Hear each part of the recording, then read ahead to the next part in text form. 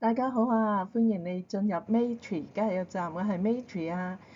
今次咧我就會將我領悟到嘅嘢咧同大家分享，希望咧你可以俾啲鼓勵我啊，俾翻個讚我，以作鼓勵啊。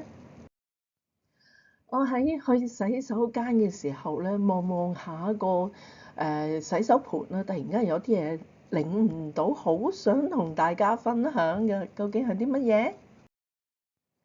嗱，洗手盤咧咪有個去水位嘅，一般咧都會有一個塞喺度，方便我哋咧塞住嗰個去水位嚟到裝盆水用㗎。如果掹起咗嗰個塞咧，就會好暢順咁，好快就會去走晒啲水㗎啦。咁我就喺度諗啦，如果個塞咧冇掹起，如果水喉亦都冇閂嘅話，個水喉一路開住，會發生啲咩事咧？咁唔使講都知啦，就係個盤一路會裝滿啦，滿到連個盤都唔夠裝嘅時候，就會瀉出嚟啦，流到周度都係咯。如果唔理佢，由得佢繼續漏嘅話咧，隨時可以浸晒成間屋嘅地板。最嚴重嘅咧，就可能會浸到出去走廊，甚至乎去 lift 口。最弊一樣嘢咧，就係入咗去 lift 槽就大件事啦。因為嗰個賠償咧，唔係一般你同我可以負擔得起㗎。當我諗到呢一度咧，我突然之間就聯想到去我哋嘅人生啊！喺過往嘅生活當中咧，我哋每一日咧都會發生有好多好嘅嘢啦、唔好嘅嘢啦，點點滴滴咁加埋一齊，造成我哋好多嘅一啲嘅經歷回憶。呢啲點滴咧就好似水喉放出嚟嘅水一樣咯，而我哋個內心咧就好似洗手盆咁樣，盛載住水喉放出嚟嘅所有點滴。雖然話咧，每日發生嘅嘢咧都有好有唔好，又奇怪喎，好嗰啲咧硬係咧唔知沉咗喺個心底裏邊喎，一諗咧就諗到啲唔好嘅嘢出嚟先。如果裝得太多嘅話咧，我哋內心都會有滿瀉嘅時候㗎。輕則嘅話，可能令到我哋周身骨痛啦，或者嚴重啲嘅就係影響情緒啦。再嚴重起上嚟咧，就唔係咁簡單啦，就可能會有產生呢啲嘅腫瘤啊、惡性腫瘤啊嗰啲，到時就會好麻煩咯。咁我咧就諗起兩個字啦，就係放下。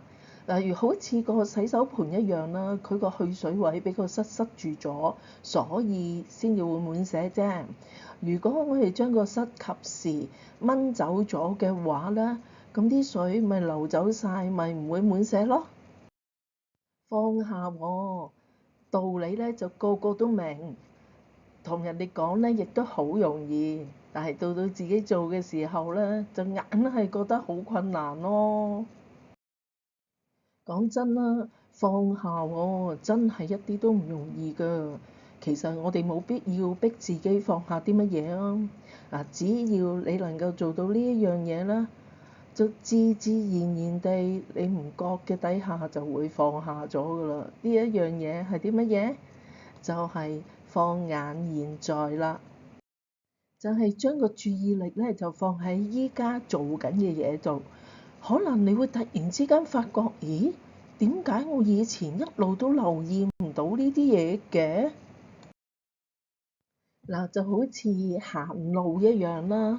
嗱，以前你可能行同一條路咧，行嘅時候就會不斷咁去諗住發生嘅人啊、事啊、唔開心嘅嘢啊咁樣，有好多嘢諗咯。但係而家只係放眼現在嘅話咧，你行路嘅時候可能淨係睇住呢一刻，可能就會發覺，咦，點解原來個地下都好乾淨喎，平時都冇留意到。原來呢一度一棵樹啲花原來都好靚嘅喎。原來嗰度有間咁嘅鋪頭咩？我都冇留意到嘅，可能就會係咁㗎。當習慣咗放眼現在之後咧，就好似個洗手盆冇放到個質落去個去水位一樣，嗰啲水喉水咧好自然暢順咁樣流走，甚至乎咧留意唔到佢係幾時流走嘅喎。講到呢一度咧，就唔知你又有啲咩嘅睇法咧？歡迎你寫出嚟同大家分享啊！